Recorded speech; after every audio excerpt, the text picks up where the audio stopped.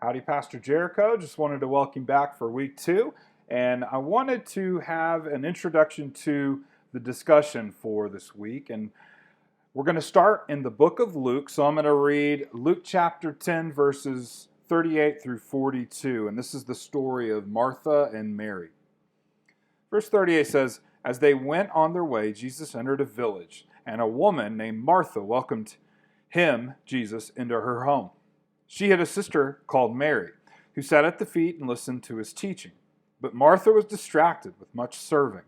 And she went up to him and said, 'Lord, do you not care that my sister has left me to serve alone? Tell her to help me.' But the Lord answered her, 'Martha, Martha, you are anxious and troubled about many things, but one thing is necessary. Mary has chosen the good portion, which will not be taken from her.'" It's a pretty famous passage. I want to ask a couple of questions. The first is, what got your attention from this passage? What caught your eye? Do you relate to Mary or Martha more? Are you lean to serve, or you lean to listen more? Secondly, which of these ideas or myths do you struggle with? The myth of things will settle down someday. The myth that more will be enough, or everybody lives like this.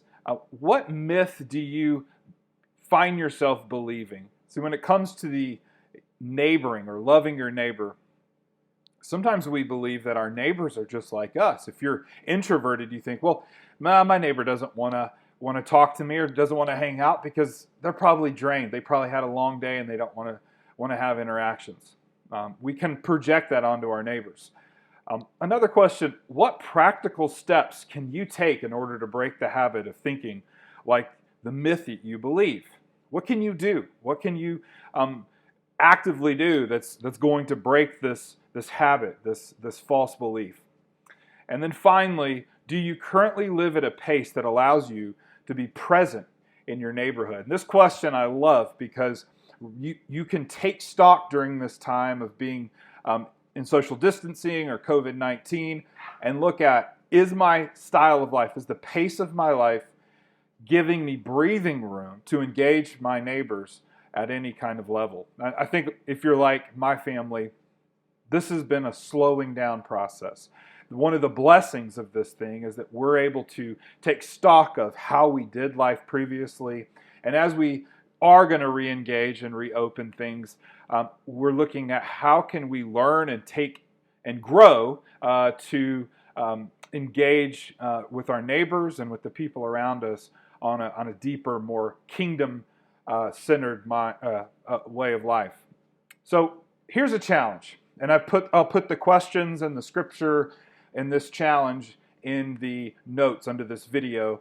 The action step is, go and meet one of your neighbors this week who you don't know, who you know nothing about. You might know their name, or you might call them lawnmower guy or whatever, lady who leaves the garage door up all the time. I don't know what your nickname for that person. Get to know them. Leave a note if they don't come to the door, and introduce yourself. You may put on there, hey, I put Lysol on this wipe, so just to give them a peace of mind. But go and engage and initiate.